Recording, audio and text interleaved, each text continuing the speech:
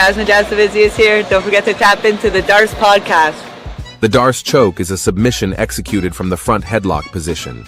It involves encircling the opponent's neck with the crook of one's arm, while the other arm wraps around the opponent's arm, applying pressure, leading to a tap or unconsciousness. Tap into the Darce podcast.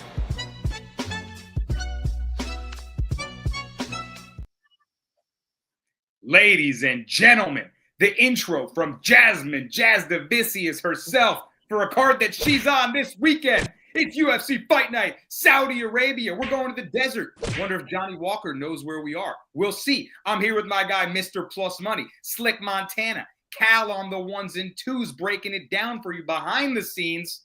And we got lots of fights to cover, guys. Thank you for everyone tapping in live. Hit the like button on your way in. Fire away in the chat and let us know what you're betting on, what questions you have for this fight night. Slick, Mr. Plus, and myself will answer them. And let's get some Saudi money, guys. We're getting that Arab money, hopefully, on this card. First of all, reactions. No UFC this weekend, but we did have Chiefs-Bills. It was a heavyweight fight. I mean, I just got to get some quick reactions because I know everyone that's a UFC fan is likely an NFL fan, too.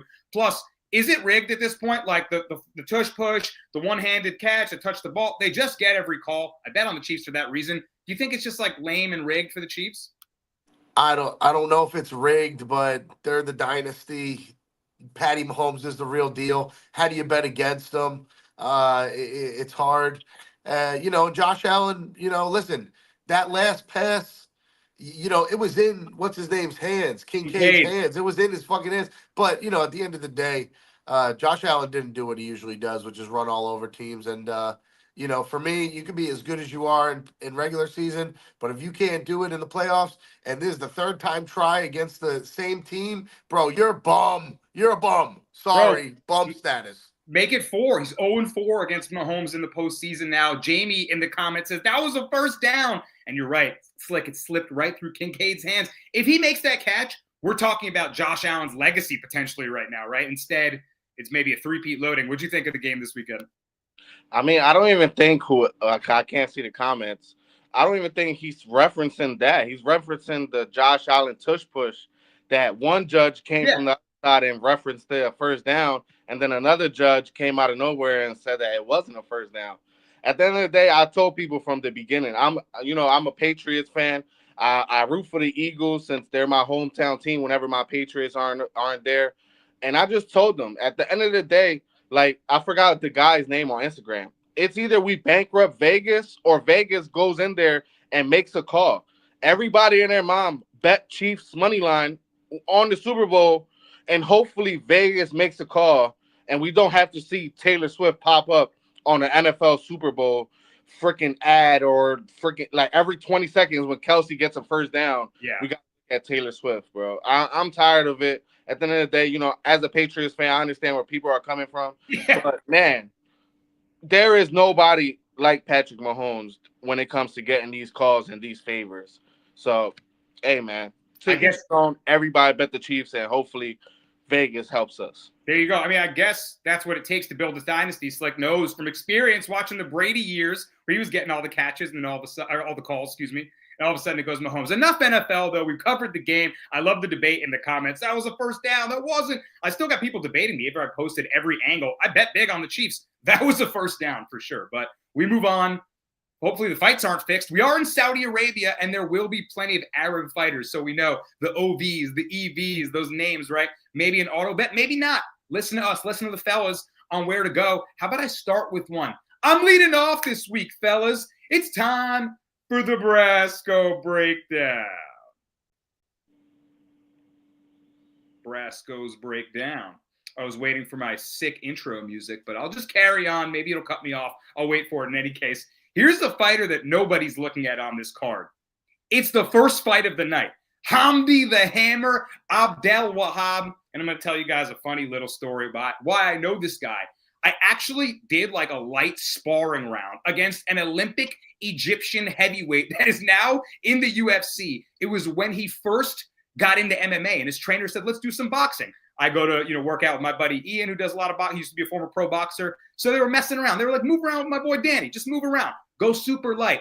Bro, the dude pops me with the lightest jab, busts my lip open. His trainer just immediately starts yelling at him. Like, what are you doing? Go soft. What a chill. Kid's 100 pounds less than you. In any case, I got to know him there, and I've been watching him ever since. He's only 3-0. He has such limited experience. But he fought Dontel Mays in his UFC debut. Nobody knew him. And he actually won a split decision. It's going to be a no contest on his record. I think he got popped for some random substances that you can't take. So it's a no contest. But I was impressed, even though it's sort of a plodding kind of slobber knocker of a fight, and I know Slick will have some thoughts on it. He was able to find his power and get to the chin. He knocked him down, and he's a wrestler. If he gets in close, that grappling, that Greco-Roman style, I think it's going to be tough for his opponent, Jamal Pogues, who essentially I see as a lesser version than Dontel Mays. So that's really the handicap for me is Hamdi's been training and getting better. He was only 3-0 when he fought Mays, who was decent, and he beat him.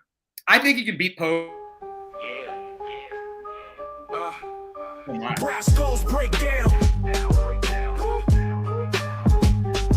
Brasco's breakdown.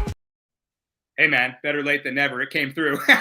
But in any case, I'm going Hamdi the Hammer. I think he beats Pogues. I think he gets his hands on him, makes it nasty, gets the wrestling going.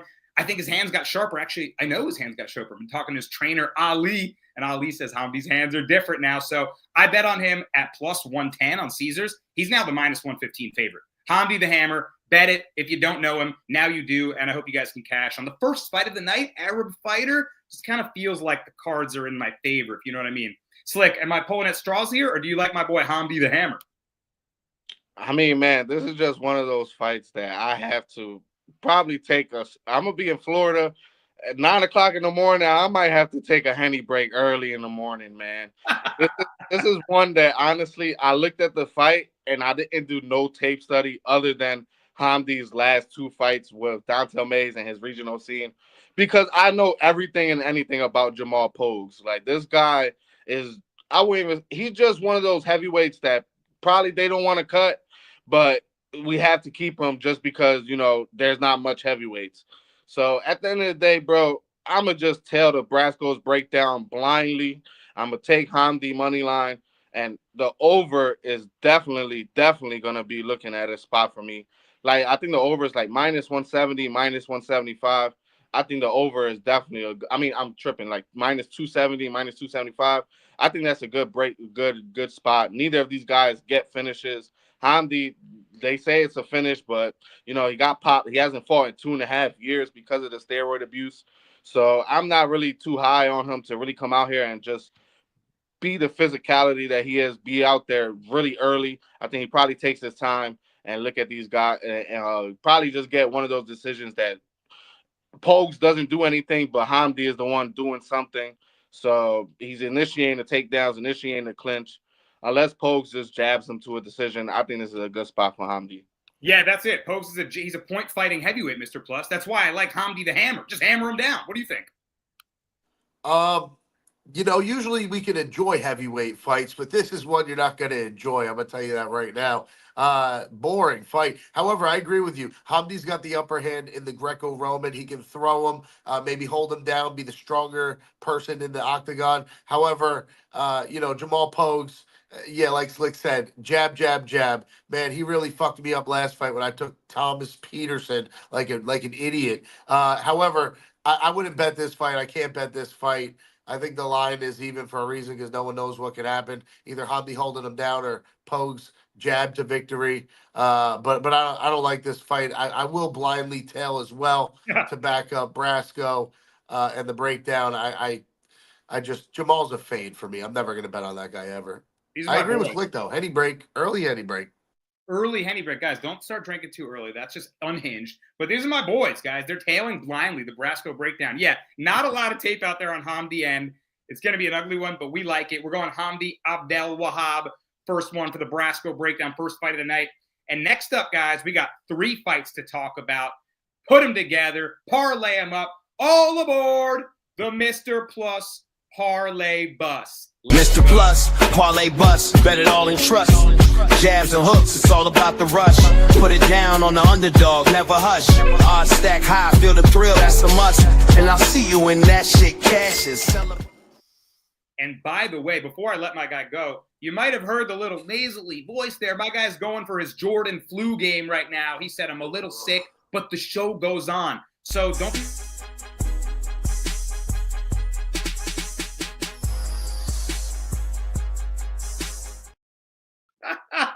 I was about to say, don't be surprised when he's blowing his nose into dollar bills later on. Yeah, Let's if go, you Mr. see my Plus. mouth open, it's not because I'm saying like I just can't breathe through my nose. That's what's going on. I apologize. Anyways, let's start from the top. The Plus Bus is way overdue to hit the cash counter this week. Let's say that again. The Plus Bus is way overdue to hit the cash counter this week. Let's jump right into the play with the leg number one.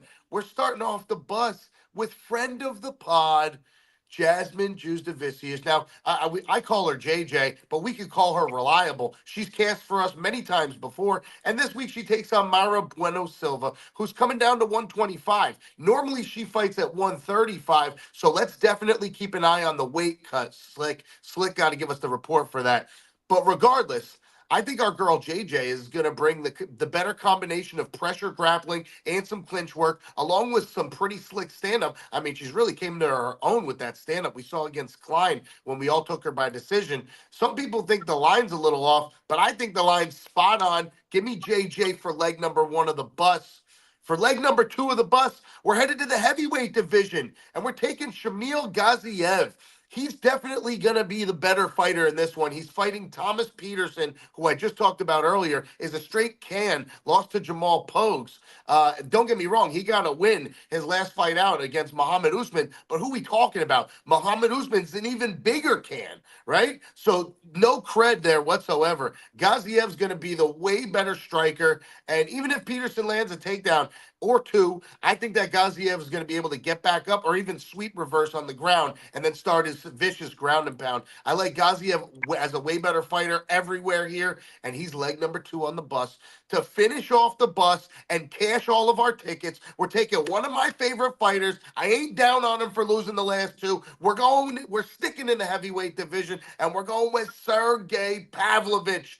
Bro, this guy is still a machine. And although he lost his last two to good fighters, Alexander Volkov pieced him up, his sparring partner, and then right before that, he lost to the interim champ, Tom Aspinall. I think this line's off against Rosenstruck, who's going to want to keep it on the feet. Man, Sergey's got the bigger reach. He's the way more powerful guy. Don't get me wrong, Rosenstruck's got some power in his punches, but I got to go with Sergey Pavlovich. His line should be minus 700 to minus 1,000, and you're going to see it climb all week. So lock the bus in now at plus money, and I'll see you guys when that shit cashes. Mr. Bus Money! Bang! Oh, man. Love the breakdown. Love the plus bus this week. Meow, meow. Funk Master Flex night. Let's go. We got some legs to break down. First of all, he's starting with Jasmine Jasdavicius, friend of the channel. And look, of course, there's a little bias in our heart. But how do you not love watching her fight? She brings the fucking noise. And you said it, man. Pressure grappling, pressure strike, pressure breaks pipes. Slick, she's facing Mayra Bueno Silva, the slick jiu-jitsu artist, catch you up in those kind of creative chokeholds. She came in her own. She even got a title shot, right? Or she was kind of up there as a title contender. No, she won the interim belt. What am I talking about? I almost completely forgot about that moment in time. The UFC is weird, man. Mayra Bueno Silva was a champion. But stylistically, I agree with Plus. I think JJ just breaks her with pressure, as she's done to so many other fighters. Really, her losing condition would probably be getting caught in a choke. And I think she's good enough on the ground to defensively as well to not get caught. Slick, what do you think about JJ and her line?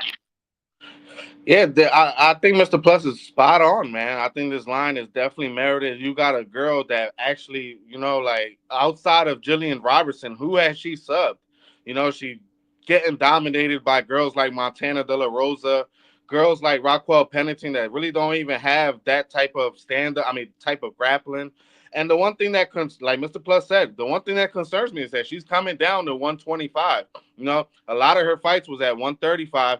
And that's, for me, it's just a concern because, she was fighting for the championship. You would think that she would want to, try to get her win back going. She got that fight with Macy Chiasson and got that cut.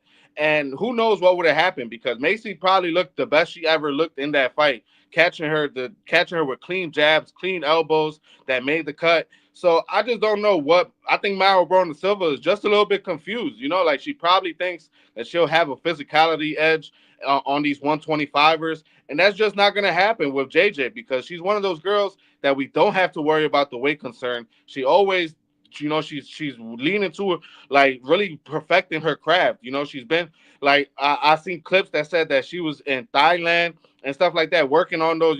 I think she was in Tiger Muay Thai or whatever, working on her striking. So I just think she's evolutioning every part of her game. The one game that we seen her really distance herself from being the top of the top was against that Tracy Cortez fight, where she really got out jabbed and outboxed in that fight. So now I think she's been working on her boxing. I think she has the ground game to even finish Mayra Bueno Silva, because this is just a fight that I believe if Mayra Bueno Silva gets even an inch of tired, it's over. Like, JJ is just gonna see that, and she's just gonna hunt and hunt. We seen her in her last fight, and at the end of the day, man, when JJ knows she has the upper hand, she's gonna take advantage of it. So I gotta go with JJ in the spot. And she didn't cash it against I believe it was Priscilla Cachoeira or some other girl, but the KO for me is real live, man. If she gets a tired Mayra Bueno Silva in one of those crucifix positions, or even just taking her back and just landing good elbows. I forgot what interview I saw of hers that said that she's really trying to implement 12-6 elbows also. So, hey, man, get that KO. I'm looking to get that KO like plus 500, plus 600. So, yeah, give me JJ. There you go, man. JJ, do it for the channel. I love it. I love all the breakdowns there. 125, too. Great point there. Like, man, if you don't have a gas tank against Jazz Davicius, she will leave you by the side of the road without a gas can. Like, it'll be a wraps for you. So I love that. Next fight, Shamil Gaziev is on the bus. Gaziev has showed that he's better than his debut against Rosenstrike, where he was just absolutely huffing and puffing and just outclassed by a really good fighter in Jairzinho, who we're going to talk about more. But much different matchup here, Slick. He redeemed himself, right? He showed he's got talent, he's got skills, he can last, but I'm just a little concerned betting him as a big favorite. Do you think he just dog walks his opponent? This is just one of those heavyweight fights that at the end of the day you got to give the edge to Gaziev in like his couple of UFC fights. He has shown to have good volume on the feet when he gets into that clinch position. He doesn't just hold you. He tries to get into, implement those elbows, implement those tight short punches. So I think he's just gonna win this fight based off edge, like just volume. And if it comes down to like if he wins 2 clear rounds, I don't think Thomas Peterson finishes him. But the one concern with me is just the way he gave up against Jairzinho Rosenstrike. He knew he was outmatched, outboxed in that fight. At the end of the day, I don't want to bet on somebody like that. I was looking at Thomas Peterson plus 3.5. Hopefully he gets like that third round with Shamil being a little bit gassed. But at the end of the day, you got to lean Shamil in Saudi Arabia. And if it's even close, they're going to give it to Shamil. So Shamil at this price tag for me is not warranted. But at the end of the day, we don't bet minus 400 straight up at the end of the day, So at the end of the day, it's definitely I think it's a solid parlay piece. But yeah, I wouldn't bet it. Take the over if it was me. And that's why I use it as a leg here against Peterson, who Mr. Plus mentioned beat Muhammad Usman, which my friend Jewish Better, who you guys know as well, had 12 units on Thomas Peterson. I was like, what? You're betting that heavily on this fight? But sure enough, he beats Usman. Now he's got Gaziev. A lot different here. Slick, Plus, do you think Gaziev could finish him? Would you take the KO? Slick kind of likes the over. How do you see it? I mean, I don't hate it. I could see a ground and pound victory in the end of round 2 or maybe in round 3. But these guys aren't like huge on finishing. So like these 2 heavyweight fights, the first one and then this one, I like what Slick said. Maybe play the overs in them, which is rare in heavyweight fights. But if you want a good sweat, it's a fun bet. Right, just plodding around. By the way, guys, check out the ticker going down there. You get live odds on all of our picks. Also, note on Jazz Davicius. There's a really cool interview on the channel with her, with our guy producer on the ones and twos, Cal, who interviewed JJ. So check that out. It's called Between Rounds. Very, very cool. If you want a more in-depth look on everyone's favorite female fighter, JJ. One more leg, Mr. Plus, to break down. It's Sergey Pavlovich, right? I mean, coming off getting beat up by his old buddy, right? And the falling out of the friendship, and Volkov getting his hair combed in the corner, just like smiling at him. How do you bounce back off that after kind of getting dominated, just out technique? He was I called him the Ivan Drago of the UFC before this, right? Just like I just walk you down, touches you with the power, goodbye. Is he still to be feared, Slick? Should he still be feared like we did before Aspinall and took his mojo away and Volkov took his mojo away? Can he come back and dominate? Yeah, this is definitely a spot that you got to take Sergey in this spot. Like I think like the one thing that a lot of people are gonna look at the Rosenstrike fight is just his past fights. You know, being able to out like me personally, for you not being able to finish Tai Tuivasa in that predicament with outstriking Tuivasa almost 3-1, it was just crazy to me with how much Tuivasa has been getting finished. And I think that's just the concern in this fight. Sergey has made a living on just blotting forward and just throwing punches. And he knows one of his punches connects and he sees you wobbled, it's pretty much over because he's gonna hunt on you like a leopard, looking at those deers in the desert. You know, like he's gonna come in there and like with reckless abandonment, and that's just concerned because Jairzinho is one of those guys that he waits, and he one of those types of cheeky left hooks or cheeky right hooks that he throws usually hurts a lot of people. But this is just a fight that we've seen time and time again. If you really look at Rosenstrike history, he does not deal good with pressure. He was getting back on his back foot against Volkov. That's what caused him to get finished. He got on his back foot against Francis Ngannou, and that's what ended up getting him KO'd. He got on his back foot against Almeida. Got the takedown and ended up subbing him. He looks good whenever he's dictating the pace.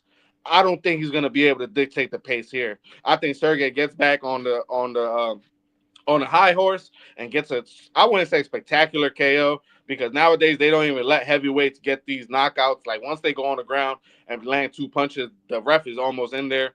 But Sergey is going to have plenty of opportunities. And also you got to look at the statistical standpoint and that Jairzinho Rosenstrike usually leads with his right hand. That uppercut that Sergey lands that comes out of nowhere from the bottom is going to be there for him all day. So I think this is a good spot with Sergey to get a bounce back. There you go, man. It's super interesting stylistically because he's plods forward, like Slick mentioned. Rosenstrike has responded poorly to pressure before, and he's a counterpuncher. He's going to wait for that moment to find the opening. We saw Sergey take damage, though. He can take a punch. So, plus, I don't think Sergey gets finished. And if he's putting the pressure on him all fight, do you think that eventually he finds a finish, maybe first, second, third? How do you see the method?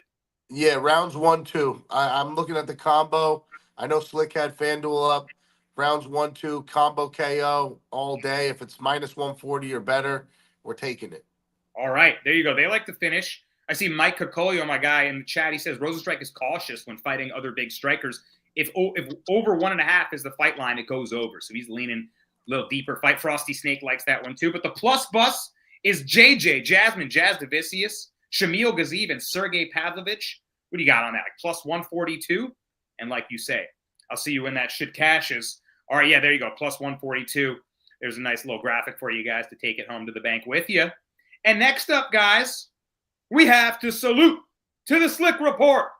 Let's go. Philly in the game, and you know we on time. Slick Reports coming, ain't never gonna stop. MMA captains with the knowledge and the flow. From the East Coast, getting that paper like a Philly bankroll. Rocking every fight, keep the audience on hold. Oh, he held the salute. That was gangster, Mr. I fuck with that. All right, Slick, take it away, my guy. Who do you got this week? Yeah, the Slick Report is 2-2 to start the year. We're going on a streak right now. When it starts with Bogdan Grad money line minus 120, I see some right now. It's like fluctuating. You get minus 115, minus 120 on some books. This is just a spot that I think it's perfect for a guy like Bogdan Grad. Lucas Alexander is one of those guys that just waits, try to get his counter punching going, and the one thing that I know that he's gonna have the technicality edge in the striking. He's more technical, but Bogdan just doesn't care. Like this is a guy that has a guy that has shown time and time again, like he has one of the best chins that we have ever seen. Like Bogdan Grad in his last fight against Michael Oswell threw almost 450 strikes in that fight. Lucas Alexander in a 3-round fight against Steven Peterson Steven Peterson only landed 27 strikes. That just goes to show you that it was nowhere near the volume. And the one concern about Lucas Alexander, you have to look at him. He has 4 losses, 3 of them via sub, 1 via knockout. One of his knockouts came his last fight against a guy in Jekka Sergey that like the one concern about Lucas Alexander that I have is that a lot of times he leans back a lot and leaves his hands up. Like he doesn't really he tends to just lean on that head movement and that backwards movement. And that's a concern against Bogdan Grad because he's gonna keep plotting forward and forward the whole fight, and he's gonna find a spot to catch you on the on the outwards, like Jekaseri did against Lucas Alexander. So I think this is a good spot for Bogdan Grad. Get his first UFC win, getting a guy coming off a KO win. Bogdan Grad threw almost 200 strikes. I mean, landed almost 200 strikes in that fight against Michael Oswell. If he gets out of the first round, because I give Lucas Alexander the edge in probably the first round. You know, Bogdan Grad is one of those fighters that he works himself into fights. Like he's one of those guys that he needs to get hit to really start going. And the one concern about Lucas Alexander is that he likes to fight clean. He likes to maintain his distance. He has a good leg kick that I think is a little bit concerning. But the one concern about him, I mean, the one thing that I know that he doesn't throw the leg kick all 3 rounds. He had that leg kick going against Steven Peterson, and he just wasn't able to use it again in the second and third round. I think this is a good spot for Bogdan Grad. Cut the cage off, probably get a KO. And we also know that Bogdan Grad is also a brown belt in jiu-jitsu. He has good takedowns. So if he wants to get a Lucas Alexander that's tired to the ground, I think he's going to be more than able to. Lucas Alexander showed poor fight IQ in his last fight, going for a heel hook. And then, he just gets off the heel hook and does a whole 360. Doesn't even know where Jekaseri is. And next thing you know, he gets punched into oblivion. So I think this is a good spot for Bogdan Grad. Probably bet the KO rounds 2 or 3. But if you want to look at the money line, I'm definitely putting 2 units on him on the money line. I think he gets this win, a dirty fight, and Bogdan Grad gets the KO in the second or third round. Hey, yo, second fight of the night, Bogdan Grad. So we got the Brasco breakdown and the Slick report on an Israel Adesanya fight card, and we chose to go fight 1 and fight 2, but maybe under the radar a little bit. Hey, Bogdan Grad, Mr. Plus, I know you must have watched him on Contender Series. I mean, that fight with Aswell was blood and guts. What do you think of Bogdan Grad? Yeah, I'm going to be honest. I've been pretty lucky betting on and against these guys. I had Tom Nolan the first time Bogdan Grad got knocked the fuck out on Contender Series. But I also was on the right side when he won that split decision against Michael Aswell. And like you said, that was a freaking war, bro. So you know what that means to me? That it's nice to see a guy who will fight for your money. I think he could have been behind on that, and he took rounds 2 and 3. This could be a similar spot. Just like Slick said, Lucas Alexander, his real only dangers in the first round. But when you're losing to guys like Jekka with the blast knockout and the Joe Anderson Brito sub, don't get me wrong, the Joe Anderson Brito sub is Asian well, but he only has 1 win in the UFC, 1 and 2. I think Bogdan Grad is like a guy they want to see up and coming. I'm with you, Slick. I got to ride this at even money or minus 120. I think the juice is perfect. I love it too. I'm tailing the Slick report. Yeah, another note we should make is Alexander missed his weight in his last fight too. So coming off a knockout, coming off missing weight, fighting a guy that, like Slick said, just doesn't care. And sometimes that's the handicap, right? Hey, how's his boxing? How's his grappling? What's that style? He's just tougher than you. He wants it more, and that's it. Like a JJ-esque style. Look at Plus, huffing and puffing through the sickness. Doesn't even matter. You haven't heard him complain once. Let's go. All right, fellas, we're rolling right through this card, and we got a lot bigger fights to talk about. There's my guy, Jewish Better, in the comments. I shouted out your Thomas Peterson win earlier in the chat. Never think that would come up again, but gotta shout it out. And I talked enough about other fights here, prelims there. Guys, we got to talk about the main event of the evening.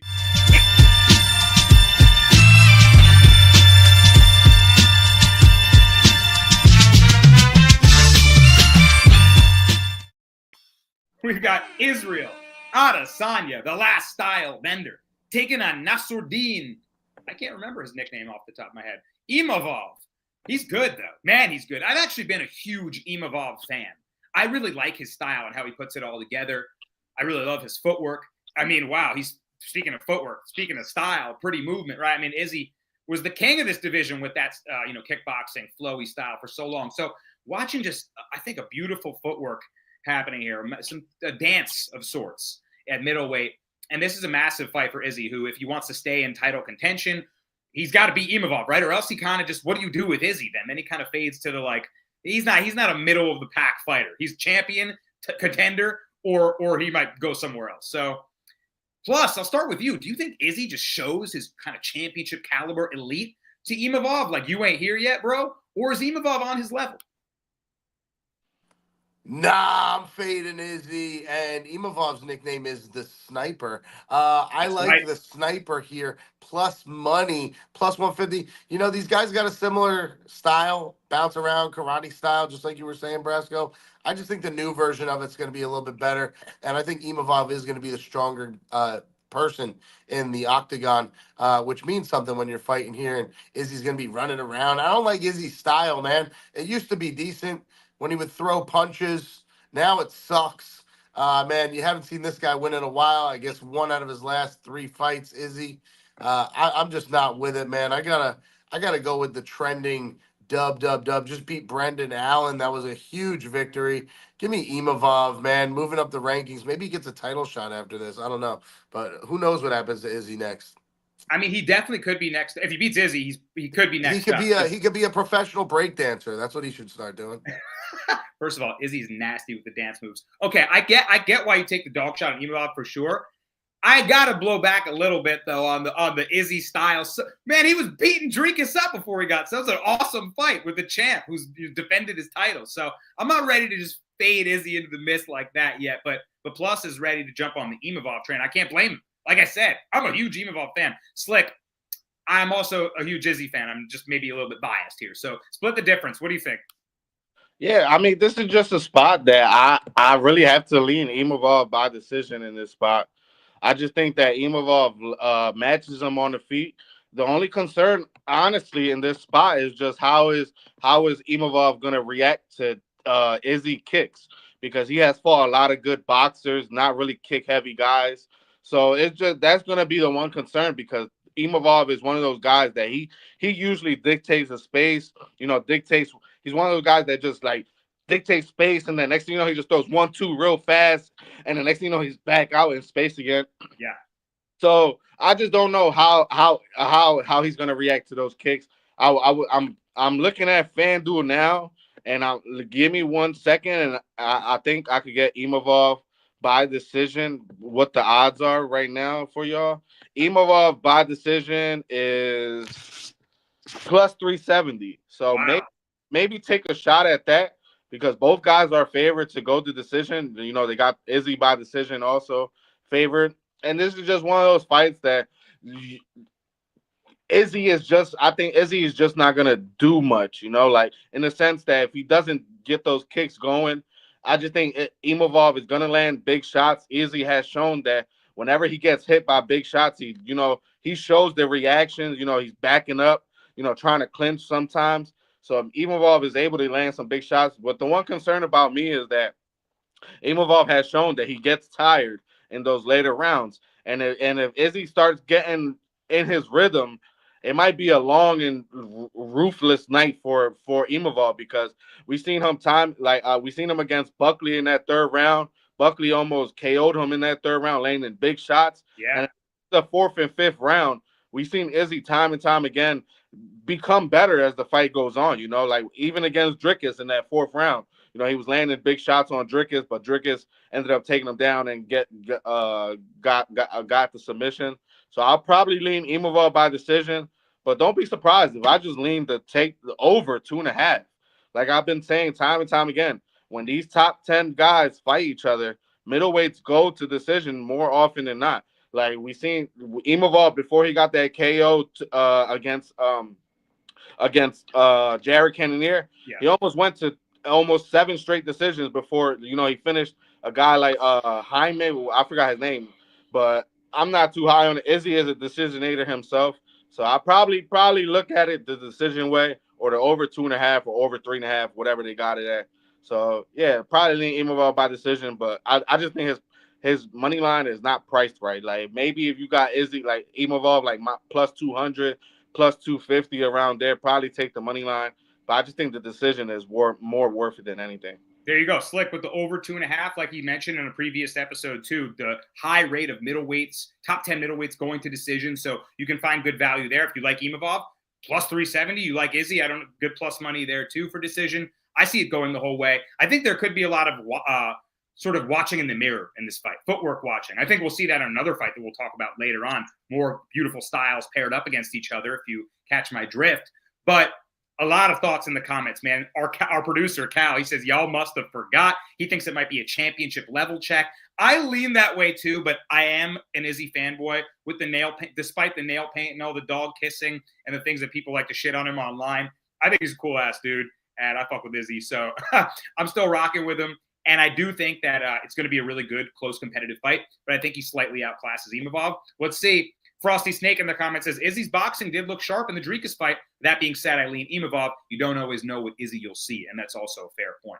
So interesting main event here. Izzy and Imavov. A lot of takes around the board. We're going to move on to the next segment. And it's time for our Dogs of the Week.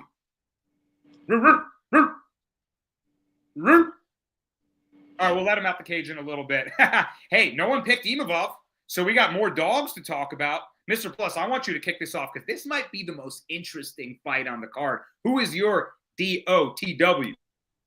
All right, listen, dog of the week this week. I just want a disclaimer to tail with caution because one guy that I have been off on all of his fucking fights is Shara Magomedov. Why? Because I faded him. I don't believe in this guy. And I am doing it again. If he can beat MVP, so that's my dog of the week, by the way, Michael Venom Page. And if he can beat MVP, then maybe I'll start believing. But yeah, let's be honest. He was getting his ass kicked by Armin Petrosyan before he did that and knocked him out. I just want that is not a fucking move, and he's like, "Oh, that's my move, the double back." Like he's taking credit for it. You know, obviously talking in Russian. I can't speak what he speaks. You know what I'm saying, though. This dude, oh, I created that move. That was mine, bro. Bro, you just wailed your arms and fucking knocked my dude out. I had Petrosyan. We were winning the whole fight. He was minus 400 live. Petrosyan. I got to go with the experience. I got to go with Michael Venom Page here. I think this is where Char's O's got to go. I'm not a believer in this guy. The eye thing, only fights in Saudi Arabia, can't get a visa. Bro, fuck this. I'm not, nope. Can't come to Vegas and fight. Send MVP out there to kick the shit out of him. The only thing that I don't like and why I say tail with caution is the age gap. Michael Venom Page, almost 38 years old. Shara, a young 30, looks fucking young. Guy looks big. Looks like he's training every day. But I'm going with the longer reach. Michael Venom Page. I think the speed is going to be on display. Don't get me wrong. Shara's got those leg kicks. They're going to be powerful. But if he can absorb those or check them or keep moving and not get hit by them, I think you can see Michael Venom Page piece him up. I think this fight definitely goes distance, by the way, as well. Totally agree with it going distance. I was almost going to make that part of the Brasco breakdown, but I couldn't quite get a line on decision. But interesting breakdown in this fight. Petrosyan was doing well, really well. Like you say, I didn't realize he was minus 400 live. So clearly, odds makers had him up winning the fight and hits him with the double spinning back fist, which then they showed training videos like at the open sparring, and he hit one in training. So he practiced it, but Mr. Plus ain't buying it. Too funny, man. MVP, man. This is another fight that I think will be a lot of staring in the mirror. I think they both might get kind of, I don't want to say enamored, but like watching each other's footwork and just kind of the dance starts to play out. You don't see that much action maybe for the initial portion of the fight. We have seen, though, I agree, Mr. Plus, we have seen Shara be fairly hittable. Go ahead, chime in. Someone said in the comments, MVP moving up and weight. No, that's not the case. Shara's moving down. It's a 170 fight. So, yeah, it's still exactly where MVP needs to be and wants to be. And we're going to see if Shara can even cut the weight, right? We got to look at the weight cut. We got to see that. Great point there. So, Shara coming down from middle to welter. And Frosty Snake says, when Brasco said, I hope the fights aren't fixed, he says it's going to be this one. Close fight and Shara wins a possible robbery for obvious reasons. And Mr. Plus alluded to it. We're in Saudi, right? He's not cleared to fight in the States or anywhere else. He's got to fight in the UAE. So whenever he is fighting, it's sort of like, man, Slick, they're going to rig it towards his way. MVP's a tough puzzle to solve. And I do think that Shara is more hittable than MVP. MVP is tough to find, right? You don't just knock him out easy. The way that Douglas Lima knocked him out was so awkward, right? Like uppercut on the ground. This is like a kind of one-off exchange. So I could see MVP coming through, bang, landing that darting right hand and being a mile away when he tries to respond. What do you think, Plus? I mean, I like the shot. What do you think, Slick? I like Plus's shot on MVP here. Yeah, I mean, I don't want to be, the guy that neglects Mr. Plus, but this fight is at 185. Michael Venom Page Ah, usually fights at 170, like he did against Ian Machado Gary at 170. So, okay. Are you like, sure? yeah, Let's double. 185. We'll confirm that for you guys, but Yeah, I continue mean, on. Michael Venom Page, he said it himself. He's only doing this one time, and that was only because the UFC offered him a shit ton of money to fight. Slick knows. We trust Slick. Shara is the guy that Mr. Dana said that nobody wanted to fight. So MVP probably got a nice lump sum for this fight, just to go up. And MVP is a tall 170 fighter anyway. So this is probably his natural weight, if Yeah, any.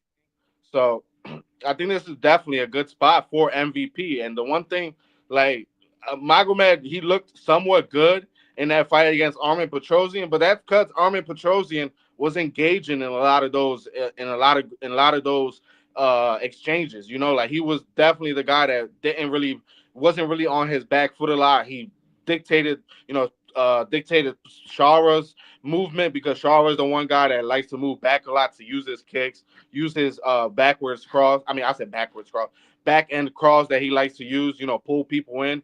And that's the one concern about me in this fight because MVP, you just don't know what he's gonna hit you with. And that's like the one thing that we know about Shara is that he has a lot of ways that a lot of fights that his last two fights was fights for him. Like he fought against Trocali. Trocali was almost probably had that takedown unless he grabbed that fence and the ref just warned him for it. It should have been a point right away. And who knows what would have happened if he got to the ground. And then even against Armin Petrosian, like Petrosian was landing good punches. A lot of the shots that, a lot of the crowd was quiet as hell whenever Armin Petrosian landed a shot, but loud as fuck whenever Shara landed a shot. So, you got to put that into perspective. And the one concern about Shara is that he's gonna be on his back foot, and that's what MVP wants you because he has that nice tip and tap karate style. And like I said, you just don't know what he's gonna do. Shara didn't have the pleasure of getting his legs chewed up by his last two opponents. MVP is gonna use all angles, use the head punch, use the kicks to the body, use the kicks to the leg. So this is just one of those spots that I think MVP is probably the more faster fighter when it comes to punches to the face. And if it comes down to that, I think MVP lands the more damaging shots. My one concern always is that at the end of the day, we're in Saudi Arabia. This could be one of those fights that neither guy do nothing. MVP lands a couple punches, that makes the crowd go ooh, and the next thing you know, Shara lands something, and then it sways it his way. So I'll probably lean Michael Venom Page at plus 300 by decision. I have to take it. The over 2.5 is favored right now, like minus 200, more than likely going to decision. So I got to take that plus 300 rather than that plus 145.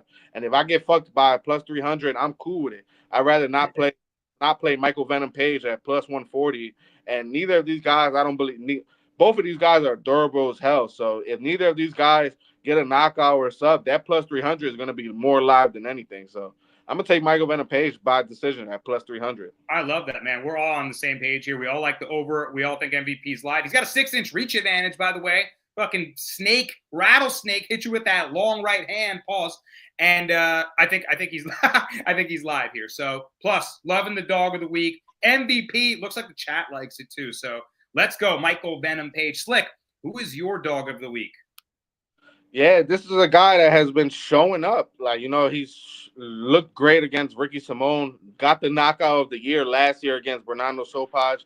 We're going with Vinicius Oliveira, money line at plus 158. I understand everybody that's saying Said Nurmagomedov is one of the top guys, but the one concern about me was just his last fight against Jonathan Martinez when he didn't get stuff his way. Whenever the takedowns got tougher for him, whenever he wasn't having an advantage in the striking, he just looked lost as it could be in that fight. Fucking Jonathan Martinez was chewing his legs away. He just really couldn't have a good stance. He was switching stances the whole fight. And that's the concern against a guy like Vinicius Oliveira that's going to show the leg kick. We've seen it time and time again. That's a part of his game plan. He has good kicks. And the only thing about Saeed is that he's not no spring chicken. He has been getting hit, You know, he's not one of those Nurmagomedov that just ride you off for 3 rounds. Oh no, and you never get hit. He has gotten hit plenty of times in his career. We've seen it time and time again. Him even getting dominated by a guy like Kakaranov that got, I think, like 5 takedowns in the first fight. He is not like invincible. And that's a guy that I think that exploits a guy, Vinicius Oliveira exploits. You know, he's not going to have the power edge. He's not going to have I don't even think he's going to have the striking edge, because Oliveira he wings punches like there's no tomorrow, and he does not get tired. We've seen it in that Ricky Simone fight. Ricky Simone went for like 12 takedowns that fight, only got 1. So I'm more confident in him to get a decision based, like a damage based decision, you know, because he's one of those guys that he rather taunt. If he knocks you down, he's gonna taunt you and then you get back up. So he probably is gonna have the more flashy strikes, more flashy knockdowns in this fight. And Said Nurmagomedov, he's good with the submissions, he's good with that. But Oliveira doesn't shoot takedowns. If he could keep this fight standing for all 3 rounds, he's gonna do it. So I got to take a shot at this, and especially coming off, I'd rather take a Nurmagomedov coming off a win. I think coming off a loss in that last fight against Jonathan Martinez just shows that he has holes in his game, and I think Oliveira is going to exploit those holes. So Vinicius Oliveira, money line at plus 156. Yo, Mr. Plus, I'm feeling this one from Slick here. Oliveira's kind of wonky style and movement, kind of unorthodox movement, like he said, winging shots from all awkward angles. It actually helped him defend takedowns from Ricky Simone. That kind of wide, wonky, I felt like it kind of helped him balance when he was, off balance, when he was trying to get taken down, put him off balance. Like, it worked in a weird way that I'm not really describing so well, but it really impressed me. So all of a sudden, the Nurmagomedov name is a little less scary, right? Khabib is gone, even though he's in their corners. We see Usman almost get beat by Paul Hughes in PFL, or excuse me, Bellator, was it? That Umar, right, lost to Merab.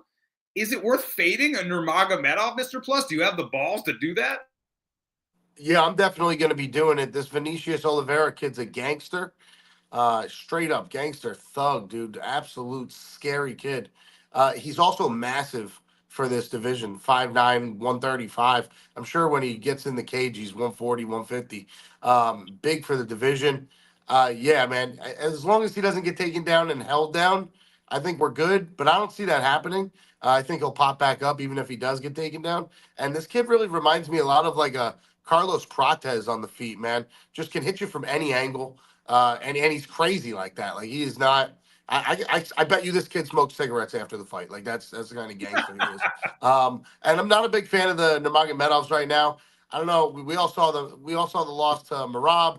And then we saw, I don't know if you guys watched the PFL, but in the main event, another Nurmagomedov fought, and they gave him the win on a split decision or whatever it was, but he actually lost that fight. I was watching it. I just think Khabib is realizing that the world will catch up. Dagestanis aren't going to be the best and the biggest and the baddest forever, so he's really enjoying his Islam title defense. But other than that, that's the prize right now is Islam. All the other Nurmagomedovs can get beat the fuck up, and we're going to get to see one on Saturday night. Give me the plus money. I might even fucking parlay this kid. Wow. Oliveira parlay. Yeah, bro, the game evolves, right? At first it was the Gracies and the jiu-jitsu. No one could stop the submissions of the Gracies. And then, the game evolves. And the kickboxing couldn't get beat. Now it's the Dagestani Sambo wrestling, right? The game always evolves. That's the beauty of sports. So nothing lasts, man. Records are broken. And I like that dog shot for you as well. I'm going to go with one here that I haven't bet. And honestly, guys, my dog of the week isn't like an official play, but I'm looking for some fun dogs, ideas that I might throw out there. So my idea was Fares Ziam at plus 120 against Mike Davis. The reason I don't love it is because Mike Davis is a damn good wrestler, man. He's taken guys down and held them down for 3 rounds. Physical guy, extremely strong, and he's got good wrestling technique. So it could certainly happen to Ziam. I just was surprised Ziam as a plus 120 dog on a 4-fight win streak with 2 wins over grapplers in his last 2 fights. He knocked out Matt Frevola, who is a steamroller coming through with the power punches and trying to grapple, hit him with that nasty knee. And he beat Claudio Puelles. Tough fight. You got the split decision win, but he was able to get the win there. So beating grapplers, very, very different styles, by the way. Davis might give him a tough time. That's why I didn't make the bet. but I think Ziam has the skills to defend takedowns and outpoint him at range. I think he's coming to his game. I know he used to get a lot of flack from Slick, like, yo, knock somebody out. Like, you're a kickboxer, hit somebody with a head kick. Like, show us something. But I kind of like his trajectory. Mr. Plus, do you think he's worth a shot, or is this Mike Davis wrestle clinic?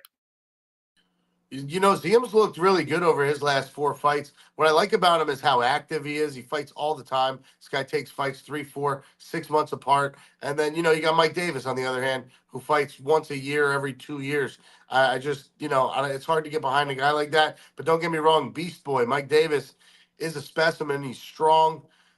You know, he's definitely going to be probably the stronger guy. Can he hold him down? I don't know, man. I think Ziem could get up and start throwing jabs. He's got a real slick jab. So Yeah. I like Ziem's jab and his stand-up. He's been looking really good. And when you beat a guy like Matt Frivola, who, you know, primarily likes to strike too, and has power, and you KO him the way he did, yeah, I gotta lean with the plus money here. It's dog or pass all day for this. I can't get behind a guy who's 4-0 in his last 4, but one of them was 5 years ago. Doesn't make sense to me. Ziem a lot more active, but I guess the Frosty Snake kind of put it exactly how I feel. He's my spirit animal today in the chat. Shout out my guy Frosty Snake. He said Ziem as a dog is insane, but Davis's whole thing is ruining a prospect and then leaving for a year plus. I feel it coming again. Slick, what do you think about that? Is it Davis?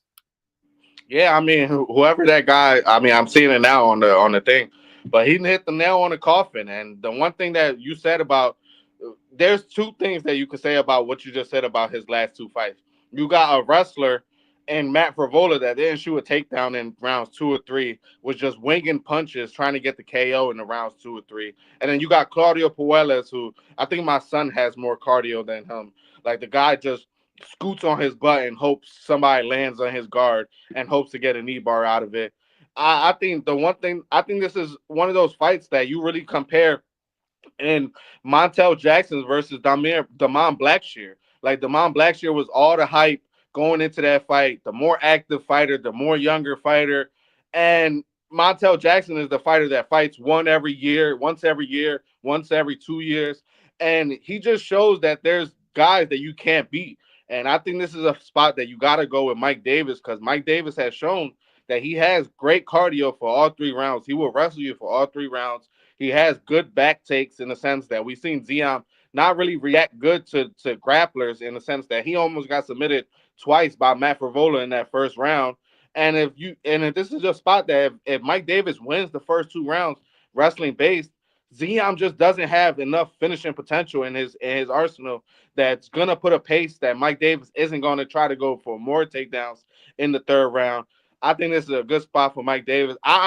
This is a spot that the line, I probably said that this is one of the lines that really got away from me. I was looking at the Mike Davis early in this spot at like -200. I'm honestly happy I waited, didn't parlay him at -200. I'm honestly happy. I think a lot of more money is going to come on Ziem, because he's just like Damon Blackshear. He just has been in the people's eyes recently, and coming off that first knockout of his whole career, I'm not banking on him to get a knockout against Mike Davis. And if it comes down to Mike Davis having cardio and not getting the takedowns, hey, so be it. You know, like, at the end of the day, Mike Davis has shown us that he could get takedowns. He submitted a good grappler in the Tom Levy his last fight. So I think this is a good spot for Mike Davis to, like, I don't know who said it, but like on the comments, you must have forgot, you know, like, this is a guy you just, you know, unless you're really that good in this division, you can't beat. So I'm gonna go Mike Davis in the spot. Yeah, man. I almost think I brought up this fight as like, guys, be my devil's advocate, right? I want to talk about it. This line looks attractive, but I want like dissenting opinions. So love the conversation there. Love everyone in the comments. That was our dogs of the week, y'all. So there it is. They're my dogs. Can't have the segment without my Roddy barking. Next up, guys, it's time for us to come together, lace them up for a Dars parlay.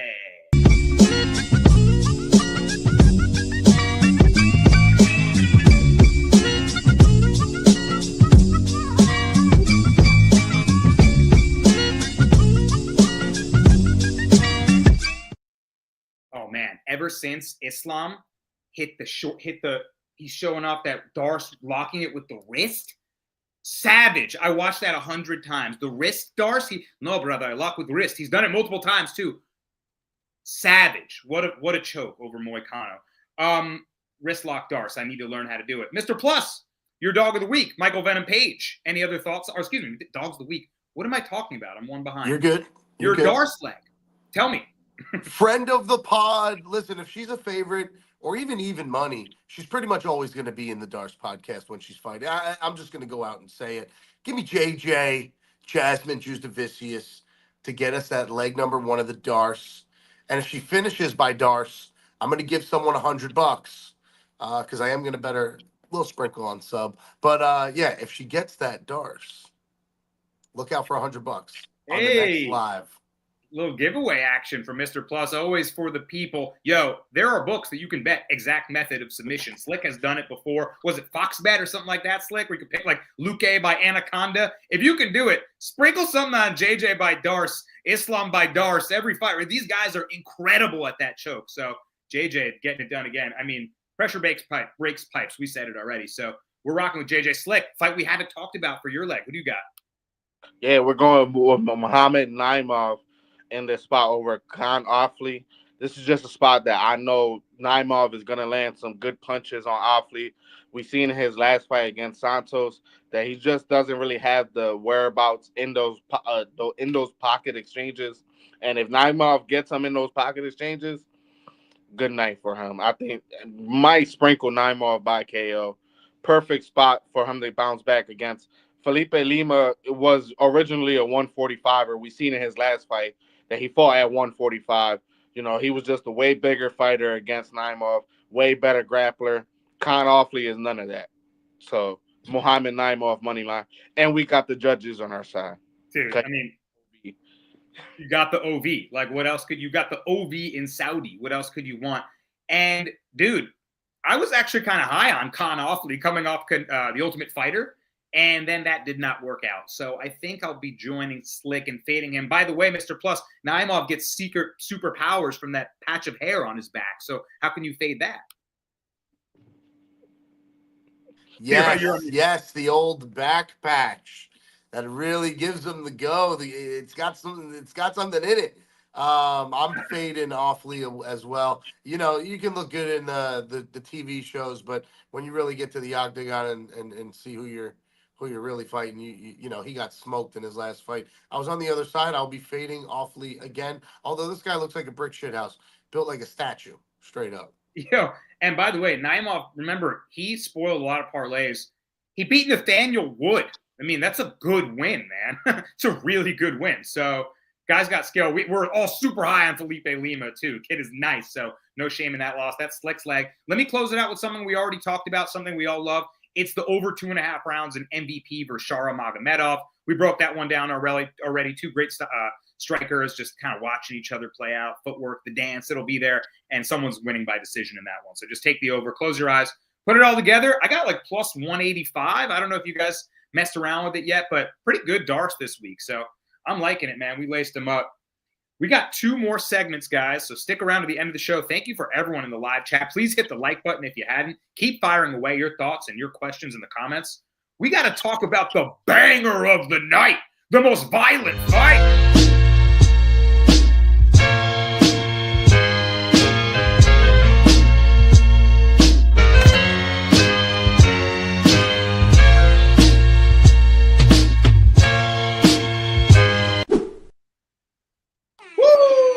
It's like every time one of those come, I just start picking freestyles. I'm like, whoa, shit, I'm doing a show.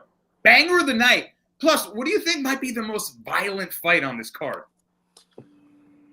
You know, I know we got to talk about the one that we're going to talk about, but if there's one other one, it's got to be the last heavyweight fight. I do think Sergey Pavlovich and Rosenstruck is going to be violent, and I think that Rosenstruck's only path to victory is that one clip knockout punch, which, you know, we saw Pavlovich get clipped by Tommy Aspinall, so it could happen. You never know, but I'm thinking that Sergey is the one who does the knock-in.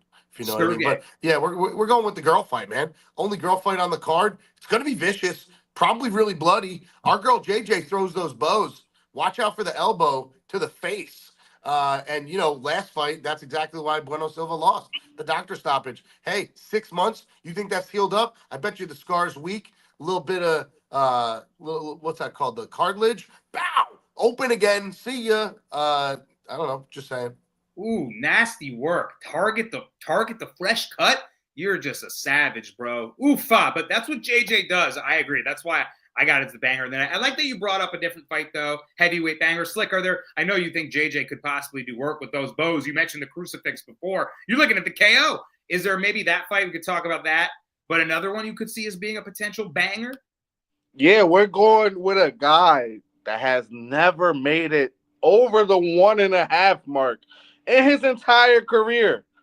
Never. This guy has been finished under 1.5, or he has finished somebody under 1.5. We're going with our guy, T-Rex, Terrence McKinney, over Damir Hadjovic.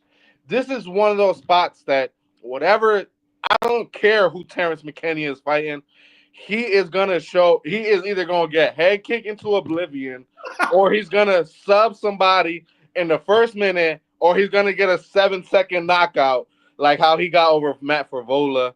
This is like banger of the night. Whenever McKinney fights, it's a banger. Like I said, this guy has never went over the 1.5 mark in his whole career. Like, this is a good spot. I would say a good bounce back spot for him. Last couple fights, man, he's just been getting the wrong end of the stick. He's been getting, like, whenever he's fight bums, he finishes them early. But when he fights anybody that's somewhat decent, he gets finished. So he's fighting a guy, Damir Hadjovic, that for me, he's like, Terrence McKinney, he's fighting out of XL Fusion now, moved to his gym. I knew once this guy started training with Kevin Holland, he was going to be trash. He moved out that Kevin Holland gym. So now, hopefully his coaches give him some little whereabouts. Bro, you're one of the best wrestlers I have ever seen. You're one of the best grapplers we have ever seen. Hadjovic, his only hope is to knock you out on the feet. You get Damir Hadjovic on the ground. He has like a 38% takedown defense. You get him on the ground, you're subbing him. Like, if he was able to sub somebody as long and lengthy like Faris Zion, he should do this guy more faster, in my opinion. And then we'll get Damir Hadjovic like he did against Renato Moicano. Bro, if you wanted to fight, why you sub me so fast? Why? And then hold on. You ever seen that meme when the guy gets hit by the bike and he hits his car? He be like, "Why you coming so fast? Why you coming so fast?" This is gonna be Terrence McKinney. He gonna be like, "Why you sub me so fast? Why you sub me so fast?" Bro, after the way his fights are going, he better turn grappler. Like, you're right. Bro, rear naked choke this guy. Stop getting hit with flying knees. Stop throwing flying knees. Stay safe, bro. How could we have overlooked the banger of the night is Terrence McKinney fight? That's it. Look no further. Slick got you covered. Yo, don't take your eyes off that one. It could last 7 seconds. 7 whole seconds. All right, y'all. Banger of the night. It's all around the board from the fellas. It's time for the last segment, guys. Last fights, the honorable mentions.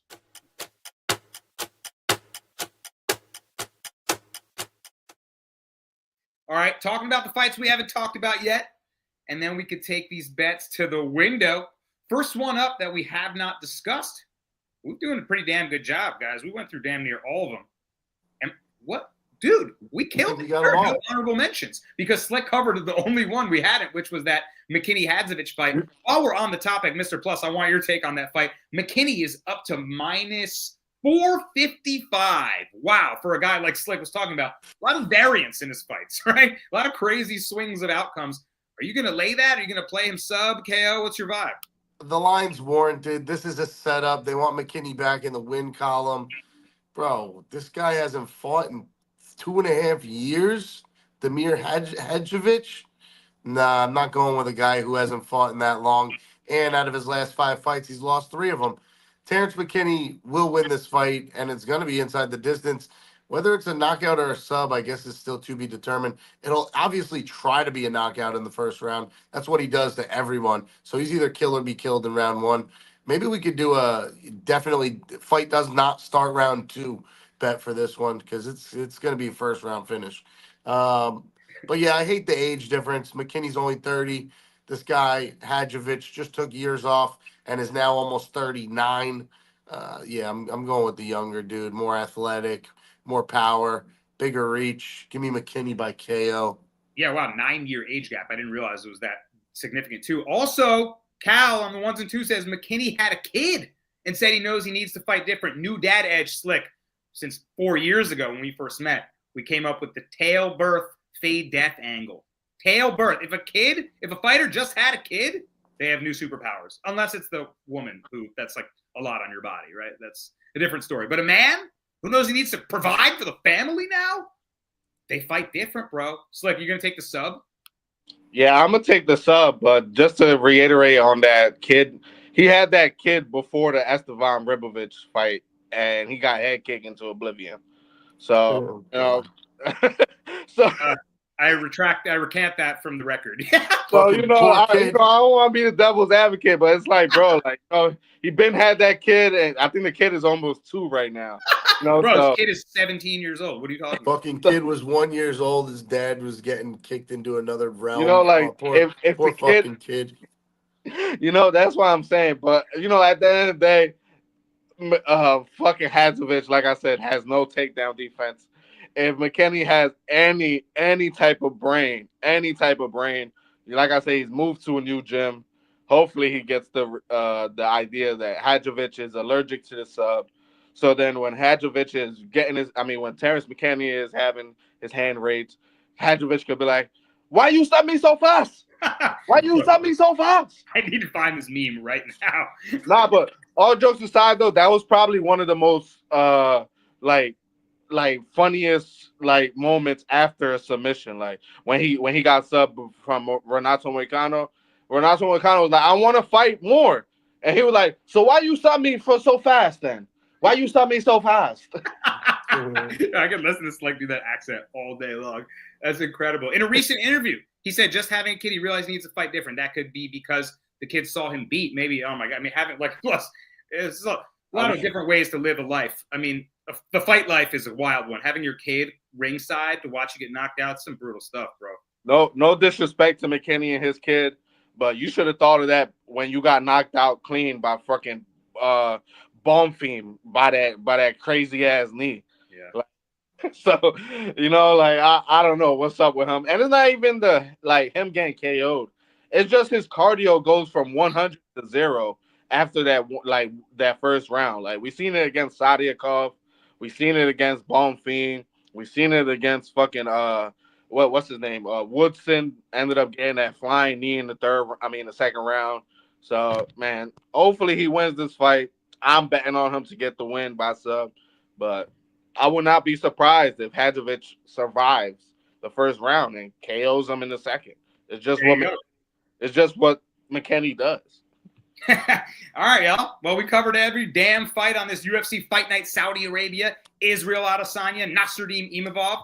We got a ton of plays, so feel free to rewind, fast forward, pause, stop, play, and watch them all. This will be up. Please hit the like button. Share it to a friend that you know is betting MMA. And let's make some money on this fight night, guys. Thanks so much for watching. From Cal on the 1s and 2s, Mr. Plus Money, Slick Montana, and myself, Danny Brasco, we salute you, and we'll see you next week. Peace.